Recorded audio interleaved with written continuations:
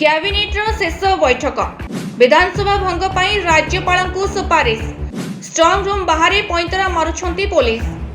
ସରିଛି ନିର୍ବାଚନ, ଆସନ୍ତାକାଲି ପ୍ରକାଶ ପାଇବ ଫଳାଫଳ। ନେତାଙ୍କ ଭାଗ୍ୟ ଭବିଷ୍ୟତ ପରୀକ୍ଷାର ଫଳାଫଳ ପ୍ରକାଶ ପାଇବ।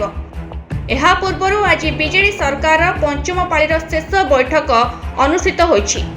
ଏଥିସହ ବିଧାନସଭା ଭଙ୍ଗ ପାଇଁ ରାଜ୍ୟପାଳଙ୍କୁ ସୁପାରିଶ କରାଯାଇଛି। मुख्यमंत्री नवीन पट्टनायक अध्यक्षतार आज कैबिनेट्र शेष बैठक आरंभ होता।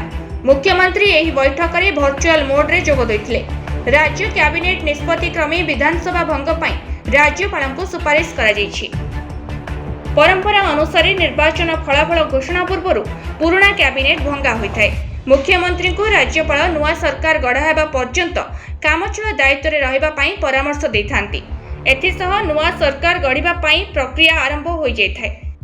आसंताकाली फलाफल आसिबा परि सर्वाधिक आसन पाइथिबा दल को सरकार गढ़िबा पई राज्यपाल आमंत्रण करिबार विधि अछि। आसंताकाली लोकसभा और विधानसभा निर्वाचनर फलाफल घोषित हेबो। भोट गणति पूर्व मुख्यमंत्री अध्यक्षतार यह पंचम पाळीर शेष बैठक थिला। केउ नेतांक मुंडरे हाथी सुना कलश ढालिबो और कहार आशा आशारे रहिजिबो ताहा काली स्पष्ट होइजिबो। भोट गणति पूर्व राज्यर 69 स्थान में स्ट्रंग रूम रे कड़ा सुरक्षा रही ईवीएम और वीवीपैट। स्ट्रंग रूम चारिपटे त्रिस्तरीय सुरक्षा व्यवस्था करा जायछि। सीसीटीवी सर्वेलांस अधीन रही स्ट्रंग रूम बाहर दिन राति पईंतरा मारुछंती पुलिस। आसंता काली सकाळु गणति आरंभ हेबाको थिबा बेले एबेठु नेतांक छाती रे छनका पसिलाणी। ब्यूरो रिपोर्ट कर्तव्य न्यूज।